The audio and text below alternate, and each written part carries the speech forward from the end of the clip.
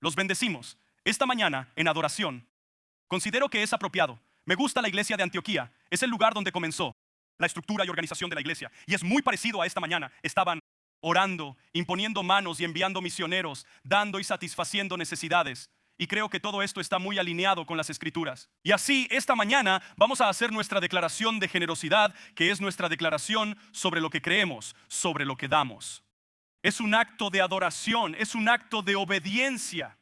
Y así, esta mañana decimos esto para que nuestra ofrenda no sea solo un intercambio, sino un momento transformador en la presencia de Dios. Amén. Vamos, díganlo conmigo. Damos con alegría. Amén. Es un acto de adoración y damos en obediencia. Traemos a Dios lo que es de Él y damos generosamente. Hemos sido bendecidos para ser una bendición. Si crees eso, di amén, amén, amén. Hola, antes de sentarte, saluda a alguien. Bienvenido a Zion City esta mañana. Me alegra que estés aquí.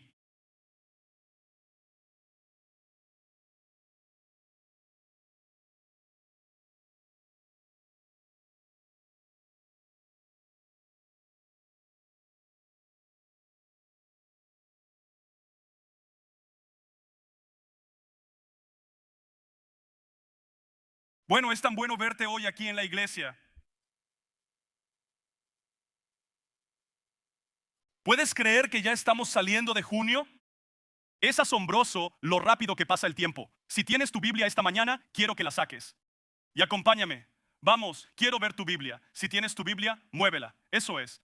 Eso es bueno. Mira, un poco de alegría. Sí, está bien. Incluso tu celular, lo aceptamos. Está bien, no juzgamos. Principalmente. Pero esta mañana creo que la iglesia es un gran lugar para traer tu Biblia. Si no traes tu Biblia, podría estar diciendo cualquier cosa, podría simplemente estar predicando mi opinión. No sabrías la diferencia. Dirías, bueno, eso suena bien, pero cuando sabes que es la palabra de Dios, es transformadora, es afilada, dice la Biblia. La palabra de Dios corta los problemas más profundos de nuestra vida, lavando nuestras mentes, y estamos tan agradecidos por su palabra. Les pido que se tomen un momento antes de iniciar esta mañana y saluden a nuestro campus de español. Agradecemos a todos por estar aquí con nosotros hoy. Quiero que vayan conmigo al libro de los Salmos. Aquí seguimos con nuestra serie de los Salmos y esta semana, obviamente en solo unas semanas, mi intento en el verano siempre es tomar un poco de tiempo y predicar a través de un libro de la Biblia. Puedo hacer eso y probablemente lo haré más, pero simplemente me encanta predicar la palabra de Dios. Hoy no solo quiero darte un pez, sino enseñarte a pescar.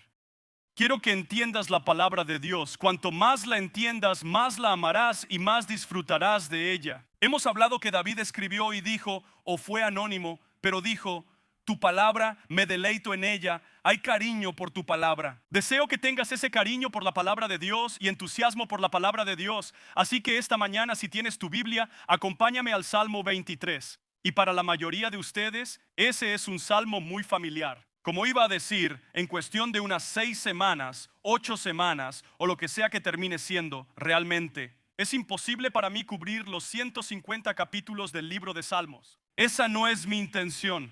Mi intención es prepararlos para que cuando lean los salmos, y los animo a leer los salmos, lo hagan de manera diferente, con una perspectiva más profunda sobre los escritos de los salmos. Si recuerdan, hace unas semanas les mencioné que los reformadores tenían 2 pasiones. Necesitamos la palabra de Dios en nuestro idioma y un salterio, un libro de canciones, porque lo que cantamos, lo que adoramos, lo creemos.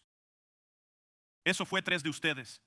Me alegra que 3 estuvieran aquí prestando atención. Estaba pensando en las canciones que cantamos hoy y cómo de hecho, y esto no es necesariamente por coincidencia ni por planificación, creo en la justicia del Señor, Él conoce nuestras necesidades. Cantamos sobre su bondad y la santidad de Dios. Todas son ideas teológicas que en la historia de la iglesia crearon canciones para poder llevar la teología a la vida cotidiana. Si alguien se acerca a ti y te dice, bueno, voy a tener una conversación teológica, tú dices, no soy pastor, pero cantas tu teología todos los domingos. Y es importante entender en los salmos, el libro de canciones, si se quiere, el libro de alabanza, como lo llamarían los hebreos. El libro de alabanza está lleno de la historia completa de Israel desde la creación hasta el establecimiento del reino de Dios siendo establecido. Y así cuando leemos los salmos hay una sensación de un lugar de encuentro con Dios. Es interesante porque al mirar el Salmo 23 es parte del primer libro. Recuerdan que les dije que hay 5 libros en los libros de los Salmos y que no es necesario ser un genio para darse cuenta de esto. En tu Biblia dice literalmente libro 1, libro 2 y cada libro concluye con una doxología y un amén, cerrando y comenzando un nuevo libro. Cada libro tiene un enfoque específico. El primer libro de los Salmos se centra en la relación entre Dios y el hombre, similar al libro del Génesis. Es paralela a Dios y su anhelo de tener una relación con la humanidad. Cuando llegues al próximo libro, que abarca del capítulo 42 al 72, se centra en cómo Dios libera al hombre. Esto lo observamos en el libro de Éxodo. Y luego el tercer libro es el santuario de Dios, la adoración a Dios, la estructura de todo eso. Ese es el libro de Levítico. El cuarto libro es la rebelión contra Dios. En Números, la gente se negó a entrar en la tierra prometida y rechazó el plan de Dios. Pero finalmente, y creo que uno de mis favoritos de todos los libros de Salmos, el libro 5, capítulos 107 a 150, es renovación o como diríamos, es avivamiento. Es una renovación del hombre en su relación con Dios, como se observa en Deuteronomio. Al leer los primeros libros, el autor principal es el rey David. Admiro al rey David, pero como hablaremos de él más adelante, David escribió estos libros en el verso 273 de los Salmos en los primeros libros y también otros que tal vez no firmó. Lo que me parece fascinante es que todo lo que David escribe refleja su deseo de un templo. Lo verás en los Salmos, hablando de la casa del Señor. Esta mañana, en Salmos 23, lo escucharás. El templo de Dios, el lugar sagrado, subiendo al trono divino, el templo de Dios. Lo que me parece fascinante de esto es lo siguiente. ¿Comprendes que David no tuvo un templo durante su vida? Todo lo que tuvo fue el tabernáculo, el arca del pacto en una caja. Y nuevamente nunca lo tuvo, pero siempre miraba hacia adelante ¿a qué? Observa, este es el lugar de encuentro con Dios. ¿Entiendes? Eso es el templo.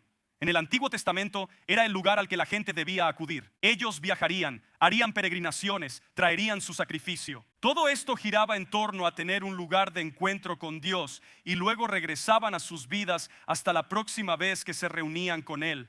¿Por qué? Porque el Espíritu de Dios estaba en el templo. No estaba necesariamente en los hombres como lo está hoy según el Nuevo Testamento. ¿Me sigues? Ahora aquí está lo interesante. Mientras lees el libro de Salmos, David señala hacia este templo. Cuando llegues al otro lado en los últimos libros donde se habla de la rebelión y la renovación, es el pueblo desterrado de Dios. ¿Y cuál es el tema de sus salmos? Buena suposición, se trata del templo. Desean volver al templo. Mira, han tenido un templo y rechazaron el templo de Dios y la palabra de Dios y terminaron en el exilio y ahora anhelan regresar ¿a qué? El templo. ¿Qué es el templo? Es el lugar donde nos encontramos con Dios. Por eso te digo que los salmos son sobre un día actual. Es igualmente relevante para nosotros hoy porque estamos buscando, ya lo entiendas o no, una conexión y un lugar de encuentro con Dios. Fuiste creado para adorar a Dios. Yo fui creado para adorar a Dios. Hay un anhelo. Ahora el problema es que siempre ha habido personas que resistirán, que suprimirán, que rechazarán ese deseo natural de adorar a Dios. Lo reemplazarán, se enfocarán en otros dioses en lugar de Dios. Pero todo apunta a una cosa, que fuiste creado para adorar y estar en la presencia de Dios, lo cual es una gran parte de la eternidad. Amén. Y así este libro de Salmos por eso me emociona tanto, porque está escrito por un hombre que anhela la presencia. Es escrito por quienes desean una presencia, pero son dos quienes anhelan la presencia de Dios. Por eso es relevante para nosotros leer y convertir los salmos en oraciones, cantos de alabanza y adoración. Ahora, permítanme darles un pequeño consejo, una pista, tal vez sobre cómo incorporar los salmos en tu práctica diaria de leer la palabra de Dios. Yo leo el Antiguo y el Nuevo Testamento. y los salmos. Así que tomaré un salmo y leeré el libro de Salmos mientras leo el Antiguo Testamento y el Nuevo Testamento. No hay nada místico o mágico en eso. Esa es solo mi rutina. He tenido otros patrones en mi vida, donde leí la Biblia de principio a fin. He leído el Nuevo Testamento y otras cosas, pero quiero que entiendas sobre los salmos. Una de las mayores aplicaciones, creo, del libro de Salmos. Recuerda, es un libro lleno de poesía. Es un libro lleno de canciones, himnos, alabanzas, oraciones. Así que la manera en que incorporo los salmos es leerlos, pero me coloco en ellos. No estoy haciendo nada extraño con las escrituras. Simplemente me presento, me sumerjo en los salmos y oro estas oraciones como si fueran propias, porque son mías. Así que si retrocedes unas semanas, esta es la forma en que oraría si estuviera leyendo el Salmo 1, que dice, bendito es el hombre. Así es como lo usaría en mi tiempo de oración. No estoy cambiando la palabra de Dios. Estoy leyendo la palabra de Dios, pero la aplico a mi vida. Y esto es lo que diría. Diría, bendito es Waylon porque no camina en el consejo de los malvados. Señor, ayúdame a no estar en el camino de los pecadores. Señor, protégeme de sentarme con los burladores. Me estoy colocando. Señor, Waylon es como... Tu palabra dice que soy como un árbol plantado junto a corrientes de agua. Daré el fruto que proviene de estar conectado a Jesús, porque Él dijo que Él es la vid. Yo soy la rama. Soy quien produce fruto mientras esté conectado a Él. Por lo tanto, Señor, te doy gracias porque en su momento daré fruto y mis hojas no se marchitarán aún en tiempos de sequía. Te he invitado a mi lugar de oración. Así es como interactúo con el libro de Salmos. Así puedes interactuar tú también. Puedes orar estas oraciones sobre tu vida también, porque eso es lo que son. No son solo un libro. Lo he dicho antes, el libro de los Salmos es único porque encontramos a Dios hablándole al hombre y compartiéndose con él en una forma especial. Los Salmos son sobre el hombre hablando a Dios. Y no quiero que pienses que es menos inspirado por Dios, porque creo que Dios inspiró toda la escritura, pero se nos da para saber cómo acercarnos a Dios en oración, en alabanza, en adoración, en confusión, en ira, en lamento, en alegría, en celebración. Todo está ahí para enseñarnos a entrar en la presencia de Dios. Amén.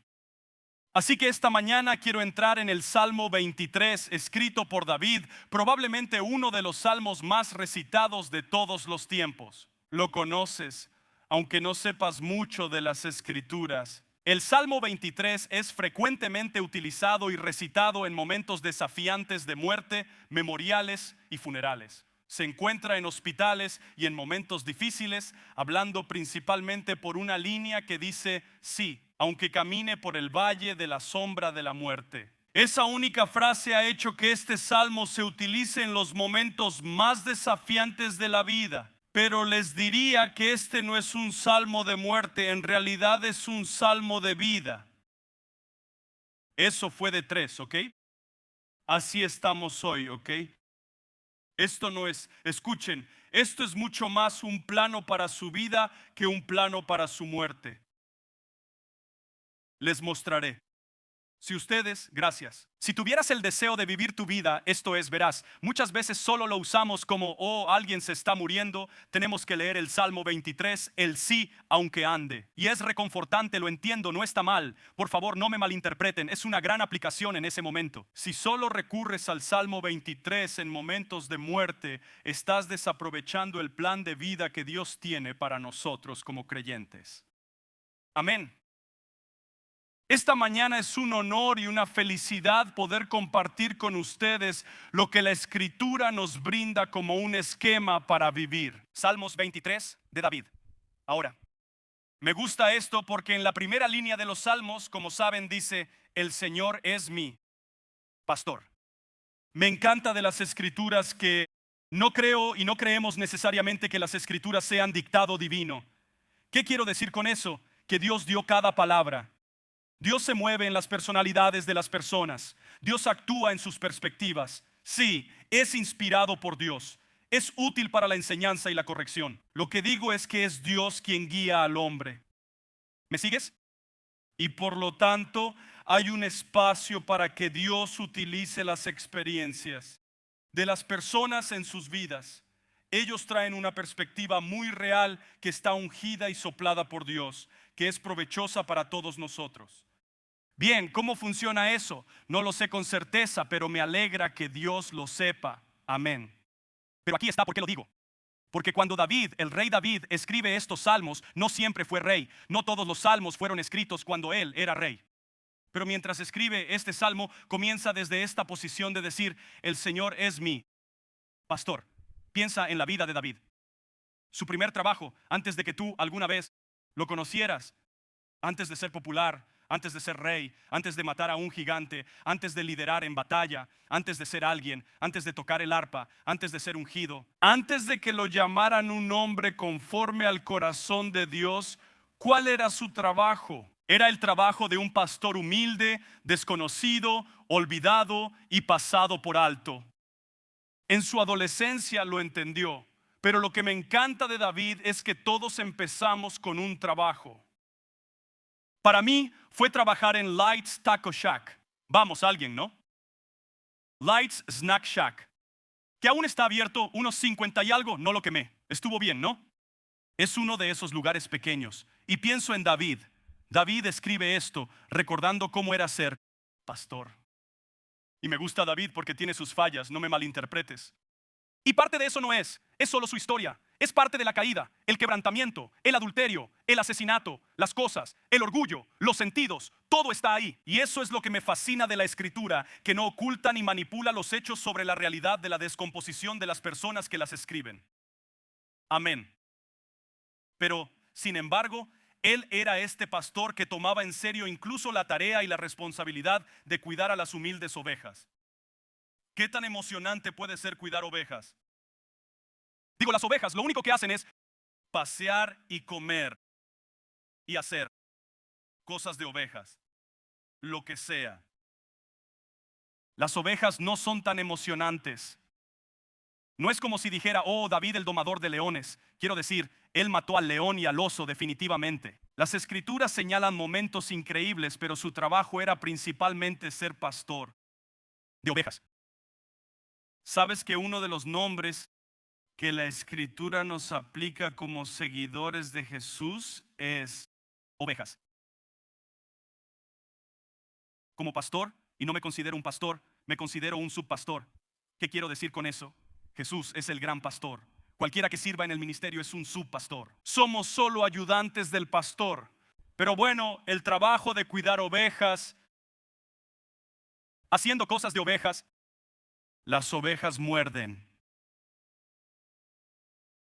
Fuerte. Amén. Este es el lugar donde David empieza. Mientras escribe este salmo que se ha vuelto tan conocido, tan universal en su aplicación, comienza, es como si retrocediera y el Espíritu Santo lo guiara a este momento. Y va a describir en última instancia a Jesús, a quien está describiendo el Mesías, pero está describiendo a Dios. Describe a Dios de una forma que conecta con el corazón. Quiero que escuches mientras lo leo. Salmos 23 dice así. David escribe, el Señor es mi pastor. Es interesante, mi pastor. Como he sido el pastor de otros, dice el Señor es mi pastor. Él comprende lo que significa ser un pastor, entiende este concepto profundamente. No hay muchos pastores aquí. ¿Algún pastor que lleve ovejas como, sí, generalmente nunca veo manos levantadas? Tenemos una desconexión de lo que está diciendo. Pensamos, oh, eso es bonito, un pastor, pero él lo entiende profundamente. El Señor es mi pastor, nada me falta.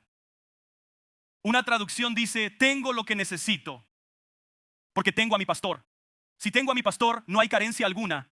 No hay falta. Mi pastor está aquí. Mi pastor atenderá lo que necesito. Amén. Él sigue diciendo, en verdes pastos me hace descansar. Junto a tranquilas aguas me conduce. Ahora deseo ayudarte a entender los salmos. Los salmos se escriben sobre todo como poesía hebrea.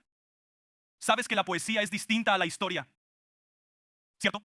La poesía está llena de lenguaje pictórico, metáforas y cosas así. Pero lo que hace único al libro de Salmos es que se escribe en paralelismos, lo que implica esto, que a menudo hay una línea que se repite con otra línea, a menudo sinónima de la primera. Te dirán algo y te lo volverán a decir para reforzar la misma idea. Si no lo entiendes, leerás los Salmos y pensarás, estos tipos repiten mucho. Pero la realidad es que es así. Cuando escribimos poesía, cuando componemos canciones, las hacemos con estos pensamientos. Pensamos en el ritmo. ¿Sabes? Gracia increíble, qué dulce es el sonido que salvó a un infeliz como yo. Estuve perdido, ahora me hallaron, era ciego, ahora veo. Así que pensamos en el metro, cómo todo encaja, y luego pensamos en la rima. Todo debe rimar en nuestra poesía. Las rosas son rojas, las violetas son azules, tú me amas y yo a ti. Necesitamos tener ritmo y rima en nuestra poesía. No es como lo hizo el escritor hebreo. Así que al pensar en poesía, piensas que nada rima, pastor, y no lo es. Ellos escriben en un enfoque de paralelismo, repitiendo las mismas ideas, la forma en que escribieron. Lo que escribieron, escriben lo opuesto en la segunda línea. Por lo tanto, no es una contradicción. Hay uno famoso que dice que al golpear la espalda, algunos proverbios al golpear la espalda de un necio, él aprenderá y crecerá. Y luego la siguiente línea dice, cuando golpeas la espalda de un necio, no aprenderá. Y la gente dice, es contradictorio. Yo digo, no, es poesía. Y dice que algunas personas aprenden y algunas personas nunca aprenden, amén. Por lo tanto, al comprender cómo lees los salmos, ahora podrás verlo. Observa esto mientras te lo leo, porque ahora dirás, ya lo entiendo. Él dice, hace una fuerte declaración, el Señor es mi pastor, nada me falta. Y luego continúa con el paralelismo. En verdes pastos me hace descansar, junto a tranquilas aguas me conduce. Observa, me infunde nuevas fuerzas, me guía por la senda de la justicia. Así que ves esta conexión de líneas. Ahora comienzas a entender lo que David realmente nos está diciendo. Así que esta mañana quiero explorar el Salmo 23, no como un mapa hacia la muerte, sino más bien un plano para la vida. Que en realidad tenemos un pastor, no solo para nuestra muerte, sino un pastor para nuestras vidas. Amén. Alguien. Empezaremos en Salmo 23:1. El Señor es mi pastor, nada me falta. Es interesante si notas que David reclama la propiedad del pastor y el pastor reclama la propiedad de él. Él lo hace personal. ¿Por qué es importante? Piénsalo. Está hablando del Dios del universo, el Dios creador de todo, el Dios que adoraste como santo y único y que es mucho mejor, muy hermoso. Él se refiere a un Dios que tiene todo el poder, que lo sabe todo, que está en todas partes. Podríamos enfocarnos en esa característica de Dios y sería lo correcto. Sin embargo, David, al iniciar este salmo, no comienza con la maravillosa naturaleza de Dios. Comienza diciendo lo siguiente: Él es mi pastor. Lo hace personal. ¿Entiendes que el Dios del universo desea una relación personal contigo? Que el Dios que creó todas las cosas, que te creó por una razón, para la relación. Te creó para la adoración y la conexión con Él. No fue solo para que fueras un adorador, por favor, entiende. Si Dios solo quisiera más adoradores, habría creado 1,000 millones de ángeles más. Pero no lo hizo. Creó seres humanos a su imagen, el imago Dei. Fuiste creado a su imagen, fuiste creado con un alma eterna, fuiste creado como familia. Y David entiende esta dinámica incluso antes de que se den las escrituras, incluso antes de que Jesús venga como Mesías. Él entiende que Dios me ama de una manera personal. Dios me ama y cuida de mí. Él es mi pastor. Al fin y al cabo, la función del pastor es guiar a su rebaño. Era el médico de las ovejas enfermas y heridas. Las ovejas, Él era el protector de aquellos que estaban siendo atacados. Él es nuestro pastor. Lo que me fascina de esto es que en el Nuevo Testamento Jesús amplía esta idea sobre su persona. Ve al capítulo 10 de Juan. Ve allí si tienes tu Biblia. Si no, está en la pantalla. Quiero ir al capítulo 10 de Juan, porque al principio del capítulo 10, lo que realmente está sucediendo es que Jesús compara el mal liderazgo, el liderazgo espiritual deficiente, con un buen liderazgo espiritual. Él está comparando a los fariseos de la época que realmente no están protegiendo, guiando y cuidando como se supone que debe hacerlo un pastor. Ellos realmente tienen otros deseos, otras ambiciones y otras agendas, y de repente en medio de esto Jesús hace esta profunda declaración. Él se refiere a sí mismo como el gran pastor, quien vino a dar vida abundante. El ladrón roba y destruye. Pero él hace esta afirmación en Juan 10, comenzando en el verso 1. Él dice esto realmente, LC. Les aseguro que el que no entra por la puerta al redil de las ovejas, sino que trepa y se mete por otro lado, es un ladrón y un bandido. Así que está comparando distintos estilos de liderazgo, diferentes facetas del liderazgo espiritual. Ahora, ¿qué es lo que dice? Bueno, no necesariamente lo entenderíamos, pero si comprendes que el corral de las ovejas en la época de Jesús probablemente era colocado dentro de una cueva o un lugar cerrado donde había una única puerta. Razones evidentes para mantener a los lobos alejados, para mantener a los ladrones lejos. Jesús empieza diciendo que hay una puerta. Y quien intente entrar de otra manera es un ladrón. No vienen por el camino correcto. Algunos piensan que hay muchas formas de llegar a Dios, pero Jesús dice que solo hay una. Dice que hay un día, y esto es lo que digo. De hecho, continúa. Miren esto. Dice, el que entra por la puerta es el pastor de las ovejas. Él se llama a sí mismo en las escrituras el camino, la verdad y la vida. Se llama a sí mismo la puerta. Y así entiende que Jesús está mostrando una verdad espiritual a la gente, diciendo, escuchen, la gente les diría que hay muchas maneras de entrar. Aunque suene noble y aceptable, solo hay un camino. Hay un único camino hacia el Padre, que es a través de Jesucristo, su Hijo. Es a través de su muerte, su vida, su resurrección y su reconocimiento como el Mesías y un día el Rey que vendrá. Hay un solo camino. Jesús dice que hay una puerta para el redil de las ovejas. Sin embargo, quien entra por la puerta es el pastor de las ovejas. Ahora presta atención. El portero le abre a él. Ahora él comienza a hablar de sí mismo como un pastor, que es exactamente lo que David lo llamó.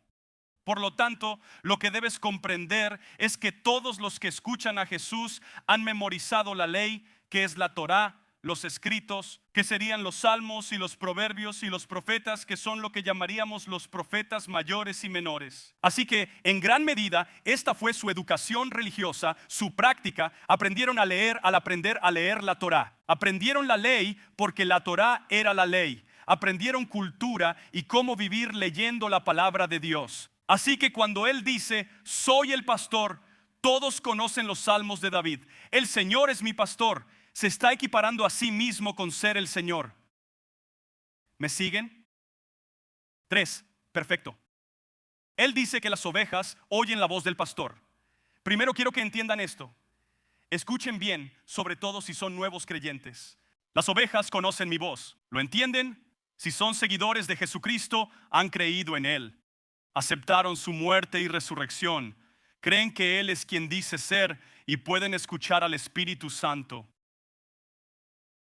De hecho, déjenme ponerlo así. No es solo que deben hacerlo. Lo que Él dice es que mis ovejas conocen mi voz.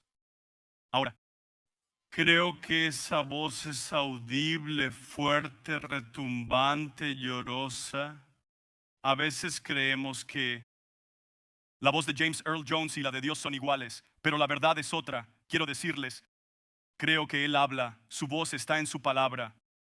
Creo que su voz se encuentra en su Espíritu Santo que nos fue dado. Jesús dijo que se nos daría para guiarnos y dirigirnos. No creo que el Espíritu Santo contradiga su palabra. Dios no se contradice a sí mismo. ¿Sí? Sin embargo, hay momentos en la vida que necesitarás escuchar. Y cuando digo escuchar, puede que no sea una voz audible, sino esa voz suave que vemos. Elías. Puede ser una impresión, un empujón hacia una dirección, la paz de Dios. Hay muchas formas en que Dios se comunicará contigo, recuerda. Dios, y lo descubrirás a medida que Jesús hable, te conoce personalmente, te llama por tu nombre. Así que Él conoce tu estructura, conoce tu personalidad. Por eso te digo, la forma en que Dios me habla es muy directo y claro. Porque entiende, así es como Waylon escucha. Porque así habla Waylon. Normalmente oyes cómo hablas, ¿cierto? Si hablas claro, quieres que los demás hablen claro. ¿Sabes? Si ese no es tu enfoque, no lo entiendo. Bueno, de todos modos, pero esta es la manera en que Dios habla. Ahora escucha, Él dice, mis ovejas, oyen mi voz. Lo que veo es esto. Muchos tienen problemas para escuchar la voz del Señor porque,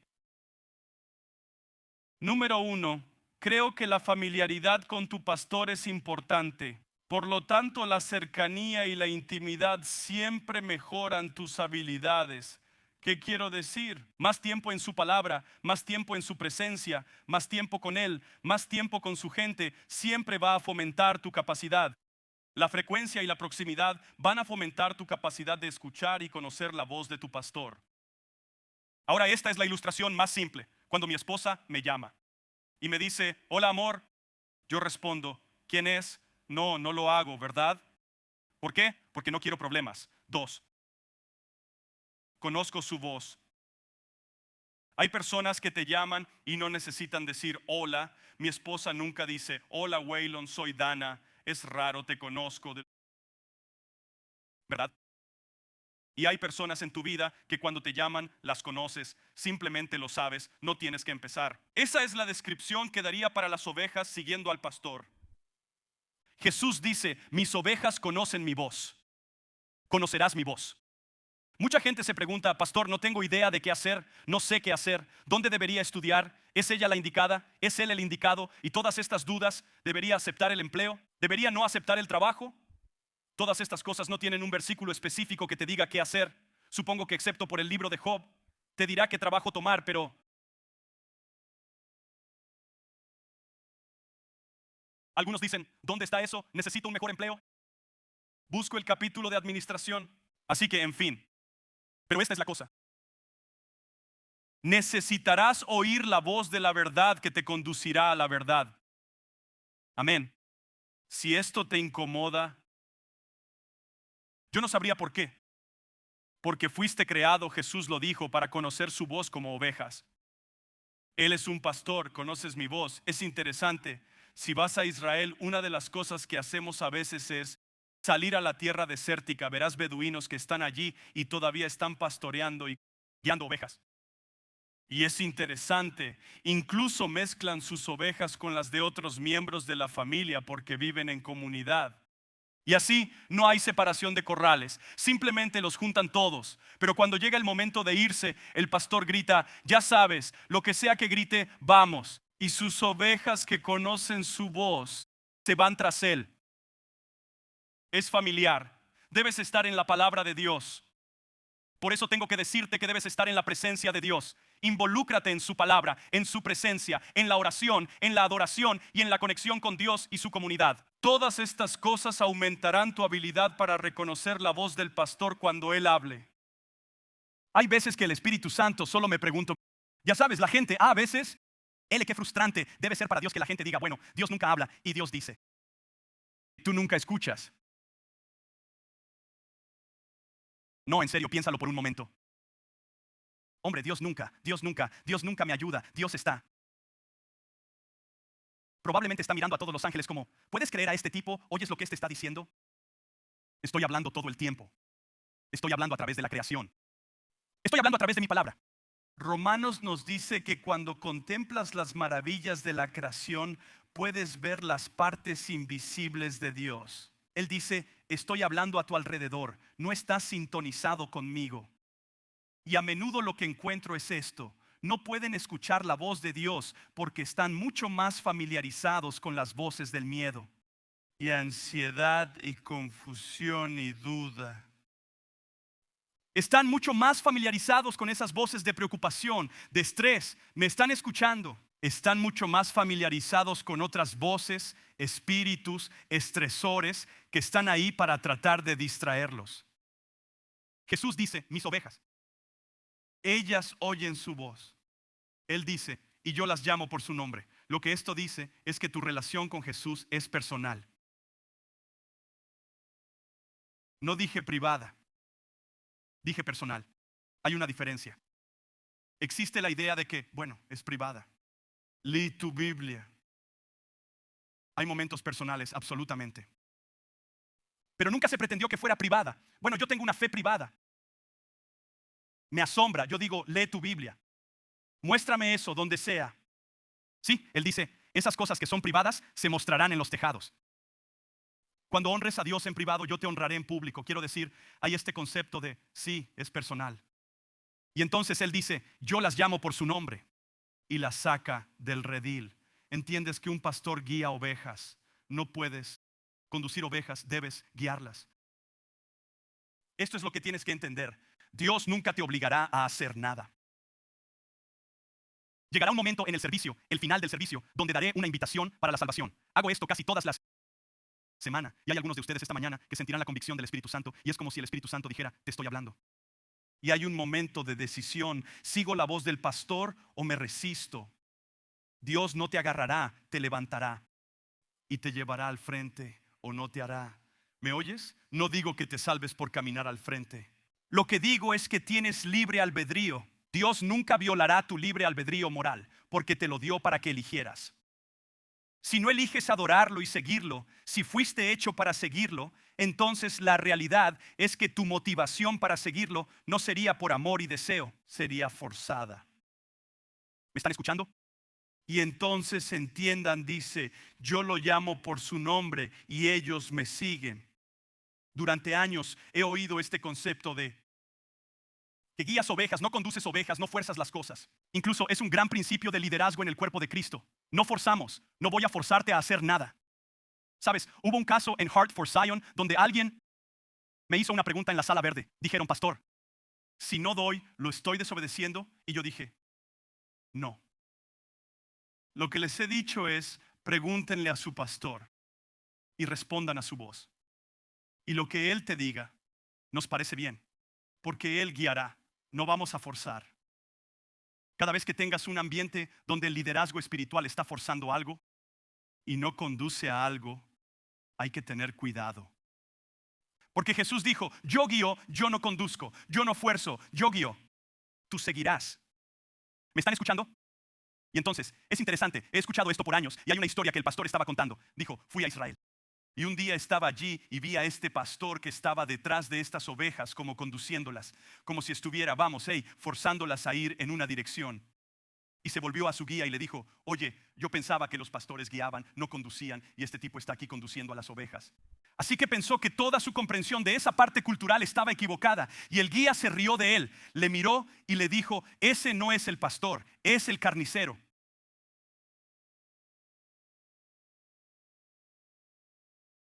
¿Me oyes? Jesús, me encanta lo que dice Pablo, es su bondad la que nos lleva al arrepentimiento. Sí, hay una necesidad de arrepentimiento, pero es Él quien nos guía a través de su bondad, su sacrificio, su amor. ¿Me están escuchando? Jesús expone lo que David está diciendo aquí. Yo soy el buen pastor. Cuando tengo a mi pastor, nada me falta.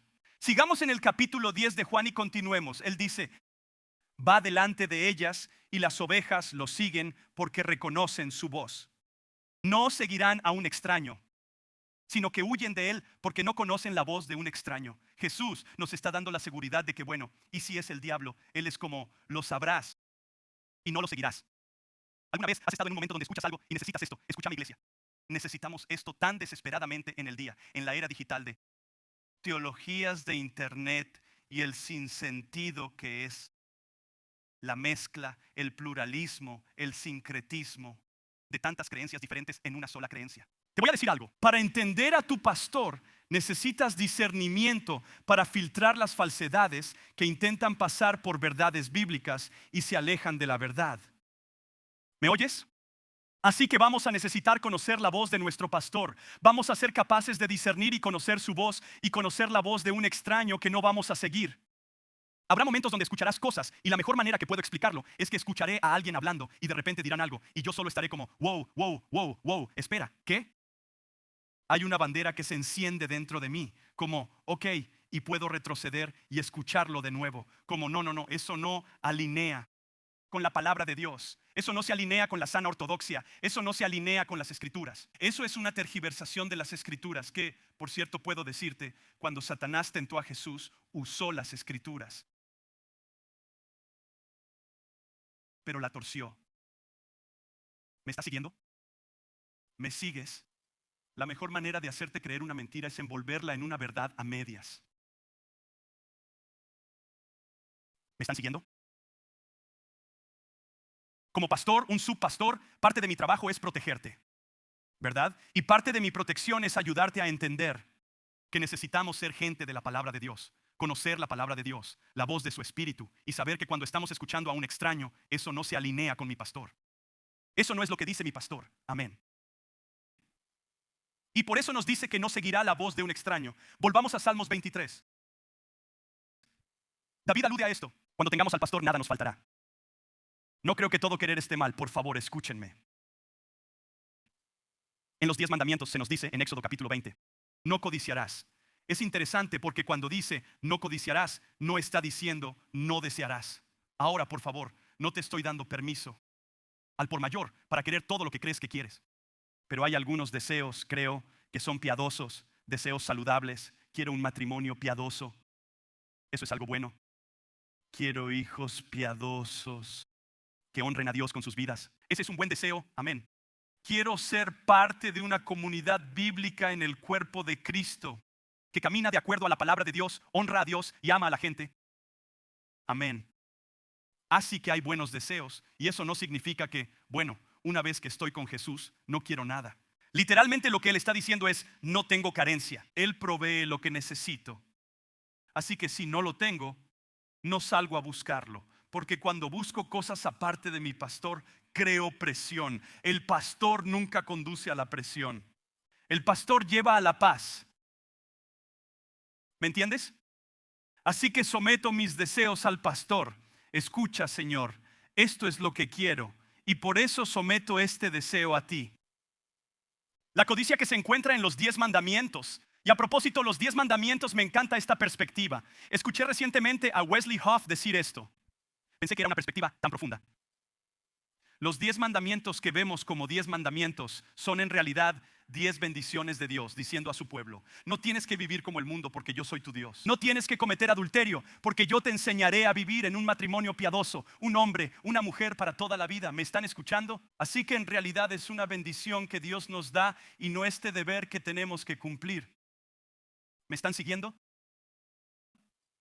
Y así, la idea de codiciar se encuentra en los 10 mandamientos. Es simplemente esto: Él va y hace una lista de cosas. Ahora escuchen lo que enumera. No es una lista exhaustiva, es un principio. Escucha: no codicies la casa de tu prójimo, ni codicies su esposa, ni su esclavo, ni su esclava, ni su buey, ni su asno, ni nada que le pertenezca. En realidad, los 10 mandamientos no hablan de querer, sino indican ¿por qué lo quieres?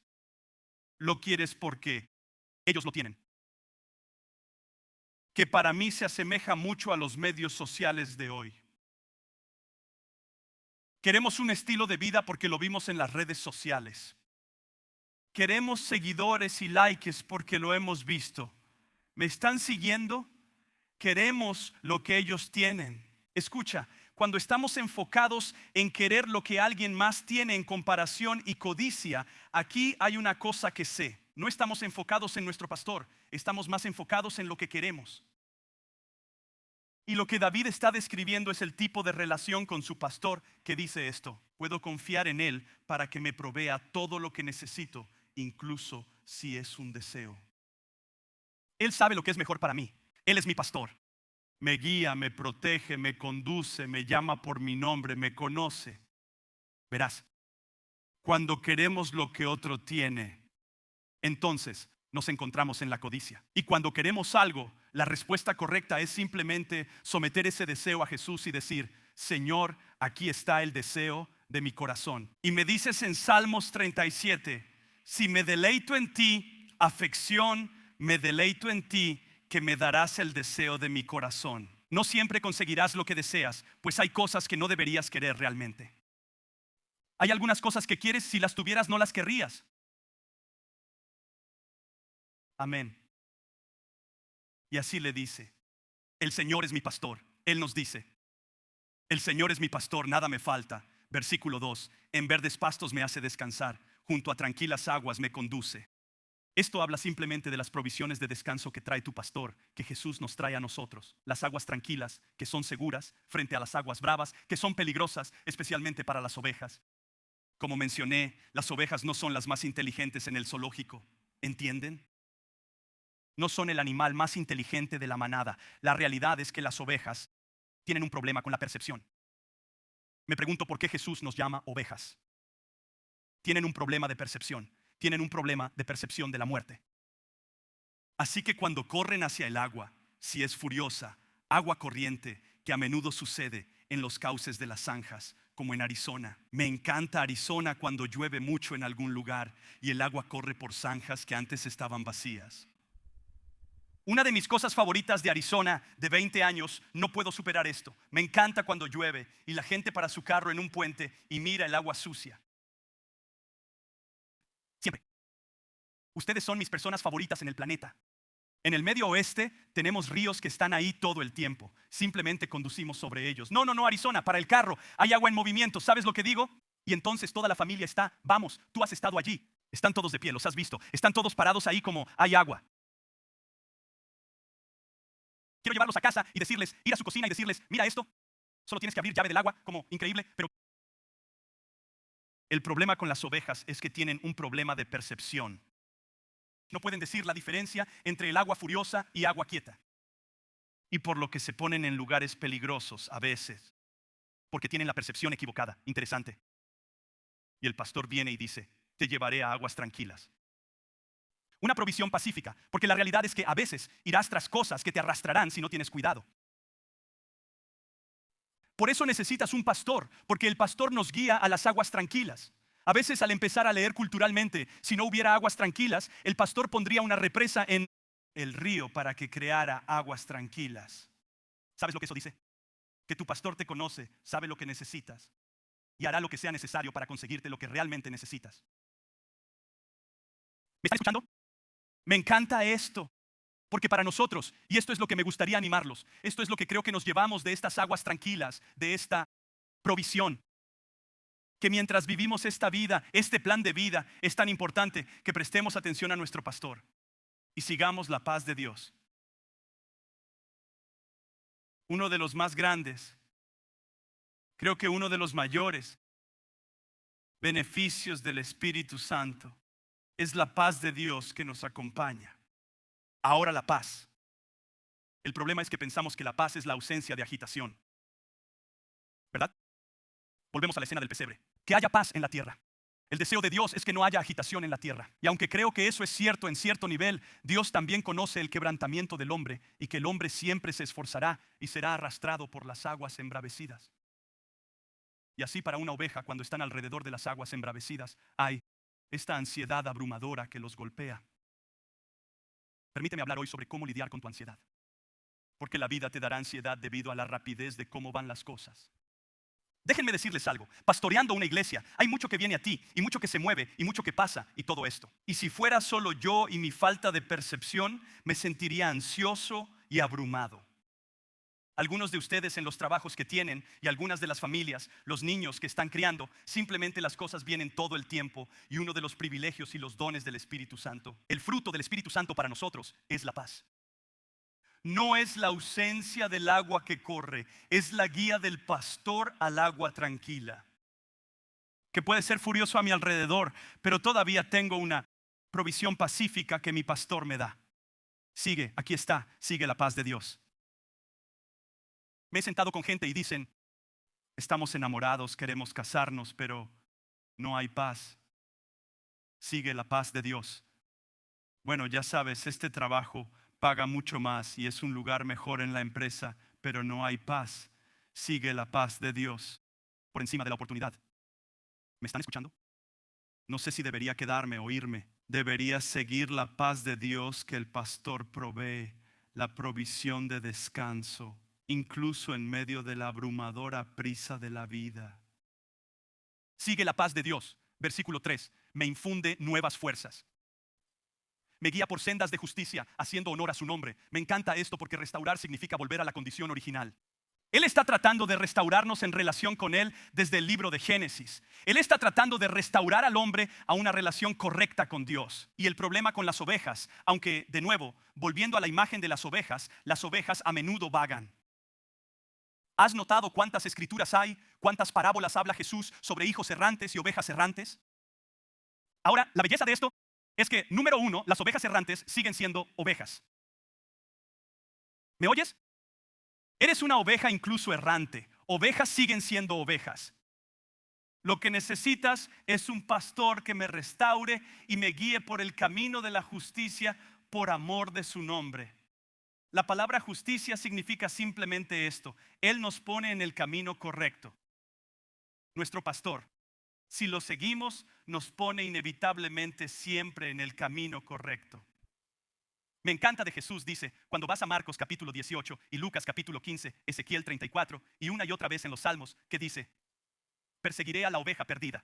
Perseguiré a la oveja descarriada. Una de las cosas que nos apasiona como iglesia no es solo cuidar de las ovejas que están en el redil, las ovejas que están en el corral. Jesús lo dijo de esta manera: si tengo 100 ovejas y 99 de ellas están seguras y protegidas, las dejaré. Perseguiré a la que se ha alejado, porque mi pasión es buscar salvar a los perdidos. He venido a los enfermos, no a los sanos. Son los enfermos los que necesitan al médico, no los sanos. Así que entiendan, como iglesia, que nos tomamos en serio la llamada a alcanzar a la gente que se ha alejado de su fe, a la gente que está perdida y apartada de Dios, que es una parte importante de lo que somos, que Él es quien nos devuelve al camino correcto. Pero quiero hablar con los creyentes, porque a veces como creyente la gente está perpleja sobre la voluntad de Dios. Es por eso que este es un gran plan, porque son como, bueno, ¿qué pasa si hago un paso en falso? ¿Qué pasa si no funciona como pienso? Esto es lo que Él dice. Él dice: yo te restauraré al camino correcto. Él te pondrá en el camino correcto. ¿Significa que nunca cometerás un error? Eso no es lo que dice. Está diciendo, incluso si lo haces, te devolveré al camino correcto, el camino de la rectitud. ¿Por qué? ¿Por qué haría tal cosa? Por amor a su nombre. Así es como se traduce, porque eso es lo que Él es. Es un perseguidor del errante, es un perseguidor de los perdidos. Él es quien constantemente nos devuelve al camino correcto si lo seguimos. Ahora puedes rebelarte y huir, lo entiendo. Y la realidad es esta: el hijo pródigo nos muestra que aún te esperará. Él todavía deseará, Él no va a apartarse. ¿Y cómo? Bueno, vas a tener que arreglar eso antes de venir. No. Él es el Padre que corre y persigue y envuelve con sus brazos amorosos. Nunca te forzará, nunca te obligará, pero te atraerá por su espíritu hasta el momento en que estés dispuesto a entrar en relación con Él. Y si estamos dispuestos esta mañana, Él nos pondrá en el camino correcto. Esto es lo que tienes que entender. A veces el camino correcto pasa por los exuberantes campos de aguas tranquilas y plenitud. Y a veces el camino, como vas a descubrir, pasa por el valle de la sombra de la muerte. Sigue siendo el camino correcto. Mira, si piensas que porque la vida no es perfecta, debo haber hecho algo mal. No. La realidad es esta: podrías estar en el camino correcto. Y como vas a descubrir en el siguiente verso, incluso si ese camino pasara por el valle de la sombra de la muerte, estoy bien, porque estás allí. Estás en el camino correcto. ¿Sabes lo que me encanta? Escucha, esto es lo que me encanta del Señor y su amabilidad y su bondad. Las Escrituras nos dicen que Él dirige los pasos de los justos. Observa esto: dirige los pasos de los justos, te pone en el camino correcto. Hombre, si vivieras así, te divertirías mucho más siguiendo a Jesús. Hay tanta gente asustada y preocupada y como, no quiero. Sabes, como si Dios fuera un asunto listo para golpearte en la cabeza. Él tiene una vara. Vamos a averiguarlo en un versículo más o menos. Él tiene una vara para protección y tiene una vara para corregir. Así que no digo que no va a haber necesidad de momentos de corrección en tu vida. Pero lo que he aprendido acerca del Señor es esto. Recuerdo cuando era niño, una de las cosas que nos encantaba hacer en la granja de mi abuelo. Él falleció y se fue con el Señor, pero él tenía uno de estos camiones viejos. Recuerden que esos camiones no tenían dirección hidráulica, ¿verdad? Sé que algunos de ustedes son de la generación Z, millennials, y piensan, ¿qué? Eso es abusivo, pastor. No, en serio, camiones no tenían dirección hidráulica. Mientras estabas sentado allí, podías arrancar la camioneta y tratabas de empezar a girar y era como 100 libras. No podías hacerlo. Como un niño pequeño no podía hacerlo. Pero si había movimiento, era fácil girar. Puedo decirte, hay demasiados creyentes que están quietos diciendo, Dios, guíame. Y Dios dice, ¿qué tal si te mueves? Así puedo dirigir un paso. Así puedo ponerte en el camino correcto. Dios, realmente quiero servirte y seguirte. Y entonces solo guíame, Dios. Él está como, está bien, vamos. Abraham, ve. Jesús, vamos, Pedro. Haz algo. Déjame dirigir ese paso. Porque esto es lo que dice, te pondré en el camino correcto. Yo dirigiré tus pasos, te daré la paz de Dios. Empiezas a poner tu pie ahí y de repente sientes la paz de Dios, como si fuera su voz y Él dirigirá tus pasos. Y si te extraviaras, Él dice, te restauraré, te traeré de vuelta. ¿Oyes lo que digo? Llegas a este lugar donde confías en Dios.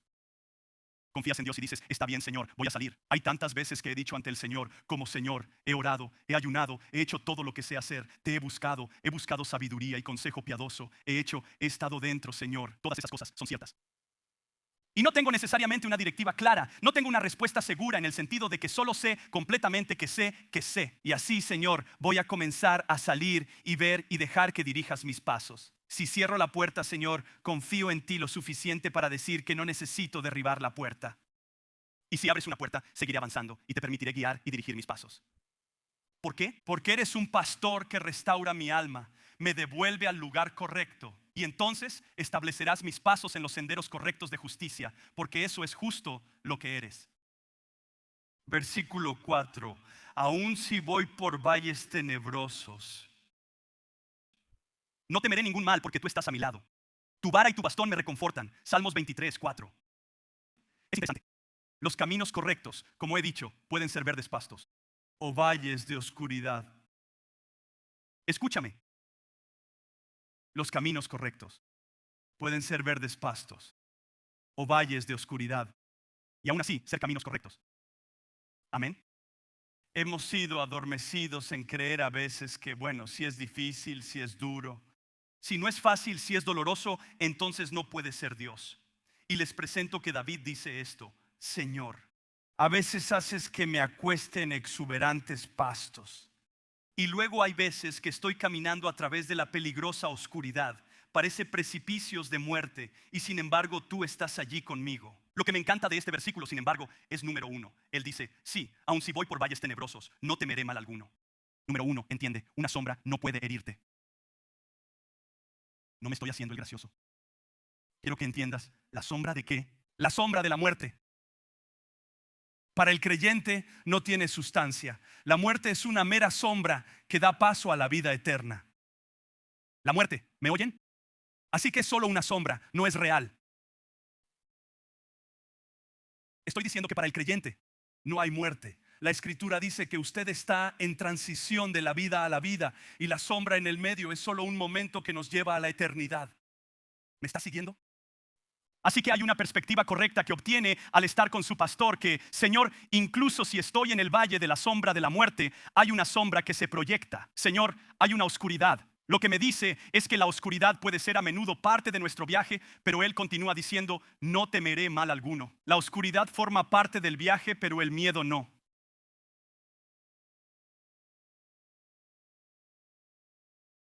La oscuridad puede formar parte de Él. Tiempos difíciles, sombras, dificultades.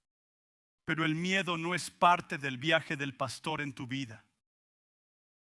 Pablo lo dice de esta manera a un joven pastor, Timoteo. Dios no te está dando un espíritu de temor. El miedo no es parte del viaje. Vivimos en un mundo que está más ansioso, preocupado, estresado, temeroso que nunca, pero al mismo tiempo más medicado que nunca. Amén. Es una historia real. Estamos tomando más de lo que nunca hemos tomado y estamos más ansiosos que nunca. Estamos más preocupados de lo que nunca hemos estado. Estamos más estresados que nunca. Y la verdad es esta, es que el pastor dice esto. Esto es lo que me encanta de David. Pasa de hablar del pastor en tercera persona, él es mi pastor. Hace que en el versículo 4 hable directamente a su pastor. Tú estás conmigo. Puedo decirte, si estás en esa sombra del valle, el valle de la sombra de la muerte, lo mejor que puedo decirte es que pases de una relación a distancia con Jesús a una conexión personal con tu pastor. Tú estás aquí conmigo, Jesús. Nunca me dejarás ni me abandonarás. Tú estás aquí hoy, amén, en medio de mi valle y sigo en el camino correcto. Pero Él continúa y dice, tu vara y tu bastón me reconfortan. Es interesante, la vara, lo dije antes, era para protección contra enemigos. El bastón, sin embargo, era para corregir a las ovejas. Y Él lleva a ambos. Amamos la vara que protege. Señor, toma a mis enemigos. Vamos, lee algunos salmos, alguien. Pero también dice esto, hay una vara para tu corrección. Y aquí está la belleza de ambos, y solo necesito decir esto. La belleza de ambos es que traen consuelo.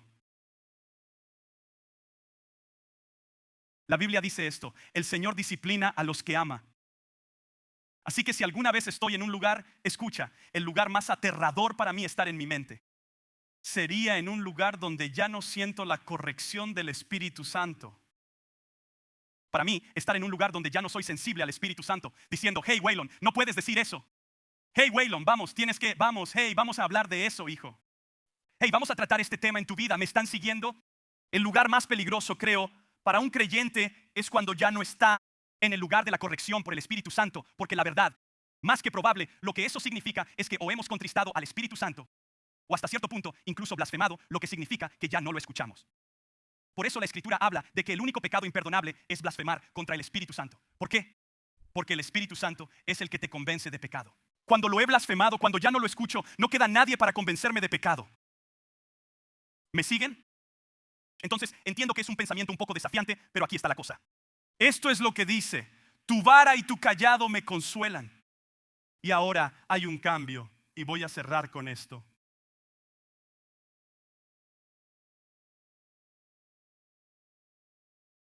Acabo de recibir un pequeño mensaje del Espíritu Santo y mi esposa dice: ok, te entiendo, te sigo ahora. Gracias.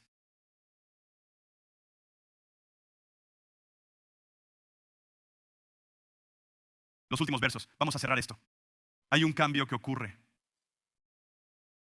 en Salmos 23 que sí, no estás consciente de ello, te lo perderás.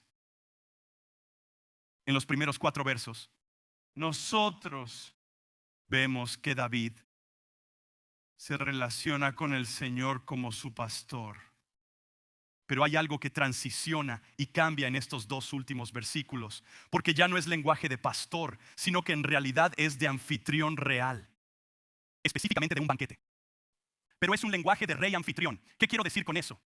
Piénsalo otra vez. David comenzó su vida como pastor, terminará su vida como rey anfitrión. Así que él entiende ambas dinámicas y cambia su lenguaje de hablar del Señor como mi pastor a los últimos 2 versos. Cambia a la posición de que el Señor es su anfitrión. Ahora permítanme leer estos 2 últimos versos rápidamente en ese contexto.